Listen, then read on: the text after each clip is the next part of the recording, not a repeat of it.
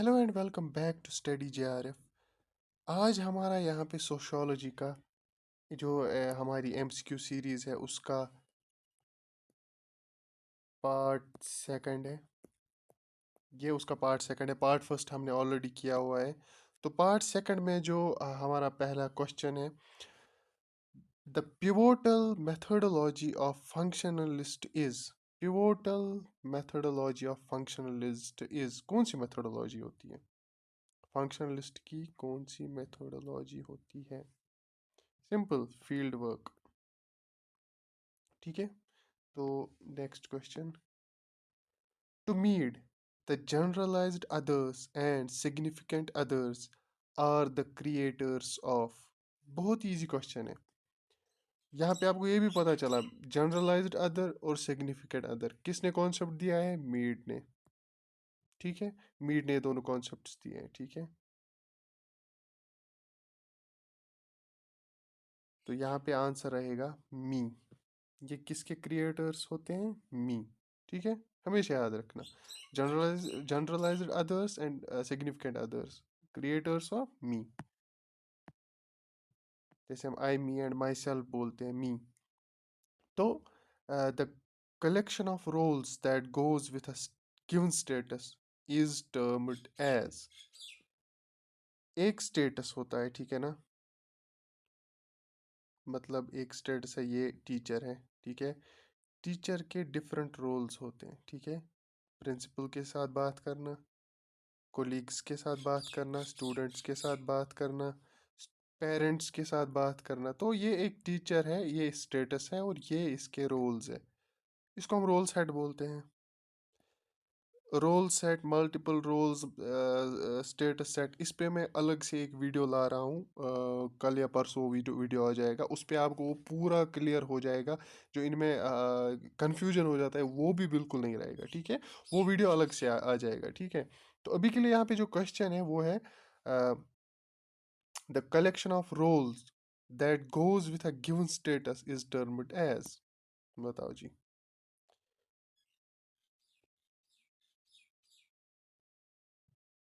क्या है इसका आंसर?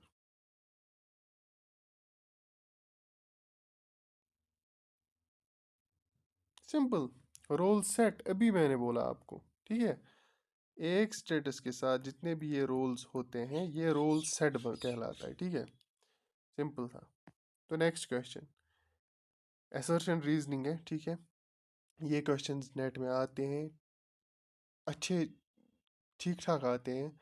दो चार क्वेश्चंस होते हैं असर्शन रीजनिंग के, कभी पाँच छः भी आ जाते हैं। ठीक है, तो ये बहुत इजी समझने होते हैं। सिंपल, यहाँ पे बिकॉज लगाओ। ठीक है, बिकॉज लगाया, यहाँ पे ये पढ़ लिया, फिर बिकॉज ये करके। ठीक है, जैसे हम यहाँ पे अभी पढ़ेंगे, the situation in which a person is faced with demands from two or more roles that do not match is called role conflict. ठीक है, तो टू और मोर रोल्स बोल रहा है यहाँ पे। ठीक है, एक सिचुएशन जहाँ पे एक पर्सन के जो दो और मोर रोल्स जो है उनकी डिमांड्स मैच नहीं होती है। ठीक है, तो उसको रोल कन्फ्लिक्ट बोलते हैं। क्या ये सही है?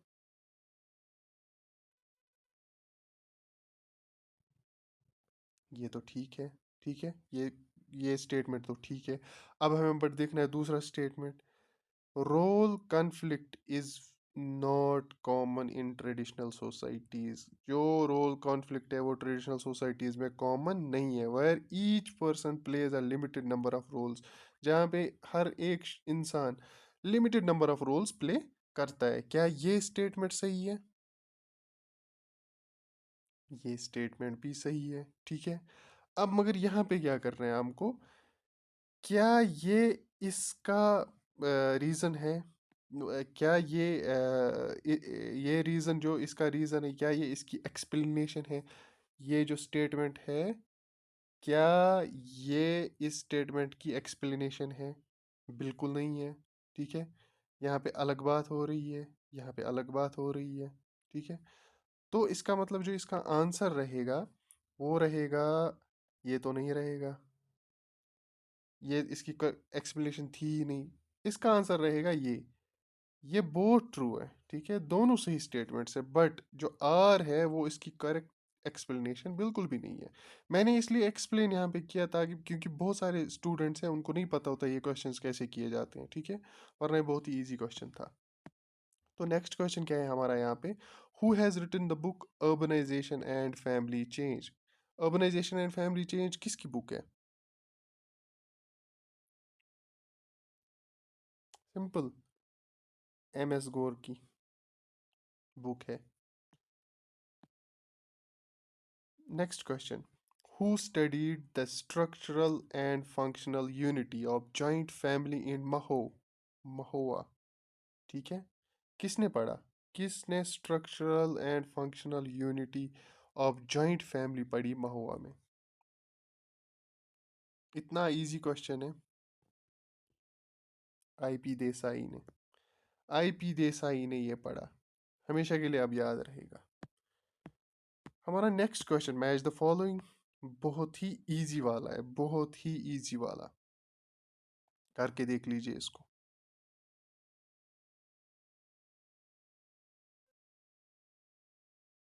चलो मैच करते हैं। Marriage and family in India, ये भी PYQ है, ये आ चुका है नेट में ऑलरेडी। बहुत ही इंपॉर्टेंट क्वेश्चन है ये, 5 स्टार क्वेश्चन है, ठीक है। ये KM कपाड़िया, मस्त नाम है इसका। Marriage and family in India by KM Kapadia, ठीक है। Kinship organisation in India by Irawati Karve, बहुत ही इंपॉर्टेंट वर्क, बहुत ही important work. Kinship and marriage, kinship and marriage किसका है? Robin Fox, Robin Fox. और फैमिली इन इंडिया तो यहाँ से ले जाते हैं इसको, AM Shah. Family in India AM Shah. ये कॉन्सेप्ट्स एक तो ऐसे आ जाते हैं, कभी कभी ये सिंपल कॉन्सेप्ट ही पूछेंगे फैमिली इन इंडिया किसका कॉन्सेप्ट है, और ऑप्शंस ये चारों होंगे, ठीक है। तो वहाँ पे आपको, चलो इसको थोड़ा बहुत मैं यहाँ पे साफ कर देता हूँ ताकि आपको दिखे कौन किसका क्या आंसर है। ये KM कपाड़िया, किंचित ऑर्गेनाइजेशन तो इसका है, ये सेकंड, और ये इसका रहेगा, ठीक है। तो चल, तो यहाँ पे हम इसका आंसर क्या रहेगा वो आप अब खुद देख लेना, ठीक है। ऐसे वहाँ पे क्वेश्चन आता है, फिर आपको इनमें से आंसर देना है, ठीक है। तो नेक्स्ट क्वेश्चन है, who said that social stratification in India is based on purity and pollution? बहुत ही इजी, सीधे पूछा है, प्योरिटी एंड पोल्यूशन पे किसने बात की है? लुइस ड्यूमो। सीधे question, simple. Social stratification in India में प्योरिटी एंड पोल्यूशन पे लुइस ड्यूमो ने काम किया है, ठीक है। तो बढ़ते हैं हमारे नेक्स्ट क्वेश्चन की ओर। Who has given functional theory of social stratification? Social stratification को की फंक्शनल थ्योरी किसने दी है इनमें से? ठीक है, बहुत ही इम्पोर्टेंट क्वेश्चन। PYQ है ये, मुझे लगता है ये PYQ है क्योंकि मैंने ये देखा हुआ क्वेश्चन है, ठीक है। और ये बहुत ही इम्पोर्टेंट क्वेश्चन है, क्योंकि मैं बताऊंगा क्यों। क्योंकि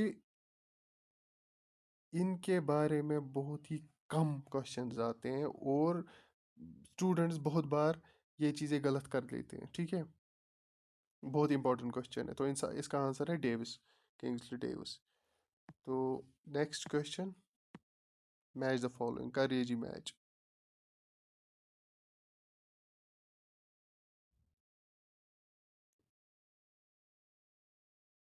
बहुत इतना इजी, मैच द फॉलोइंग है।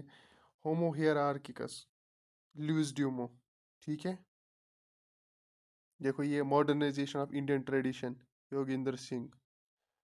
Cast and caste class and occupation, बहुत ही important work of GS Ghurye, ठीक है। ह्यूमन सोसाइटी, किंग्सली डेविस, ठीक है। ये बहुत इम्पोर्टेंट है, ये बहुत इम्पोर्टेंट है, ये बहुत इम्पोर्टेंट है। इन लोगों के ये बहुत ही इम्पोर्टेंट काम है। Modernisation of Indian tradition, Yogendra Singh. Homo hierarchicus, Louis Dumont. Caste caste class and occupation, GS Ghurye. Ghurye और human society by Kingsley Davis. ठीक है, आंसर आप खुद देख लेना। तो यहाँ पे हमारा ये आज का पार्ट सेकंड ख़त्म होता है। ठीक है, अब पार्ट 3 के लिए नेक्स्ट वीडियो आएगा। हम ये 500 MCQs कर रहे हैं। ठीक है, इसमें बहुत ही इम्पोर्टेंट क्वेश्चंस आ रहे हैं जो नेट में आते हैं, रिपीट होते हैं, और जो क्वेश्चंस आपको बहुत ही काम आने वाले हैं, वो क्वेश्चंस हम आगे आगे इसमें कर रहे हैं, क्योंकि 500 MCQs है। तो 500 MCQs के बारे में बाद मेरा एक प्लान है कि उसके बाद मैं फिर से नेक्स्ट कुछ 1000 MCQs का सीधे एक सीरीज लगा लूँ, क्योंकि जब 1500 क्वेश्चंस करके उसके बाद फिर से और हम 500 600 ऐसे क्वेश्चंस करेंगे, तो 2000 क्वेश्चन जब इंसान करता है तो एट लीस्ट 2000 क्वेश्चन से 2-2500 कॉन्सेप्ट्स तो पता ही चल जाते हैं ऐसे ही। ठीक है, और उनसे बहुत ज़्यादा हेल्प हो जाती है नेट एग्ज़ाम में। ठीक है, ऑब्जेक्टिव बेस्ड एग्ज़ाम है, तो जितने क्वेश्चंस इंसान करेगा, यहाँ से जितना इंसान पढ़ेगा भी और उसके साथ जो MCQs करेगा, तो एक तो कॉन्सेप्ट क्लियर हो जाता है, और वो बहुत सारे कॉन्सेप्ट ऐसे हैं जो पढ़ते पढ़ते स्किप हो जाते हैं, पढ़ते पढ़ते दिखाई नहीं देते, या कई लिखे नहीं होते हैं, वो MCQs के थ्रू बिल्कुल ही क्लियर हो जाते हैं। इसलिए MCQs बहुत ज़रूरी होते हैं हर एक एग्ज़ाम के लिए, स्पेशली नेट JRF एग्ज़ाम।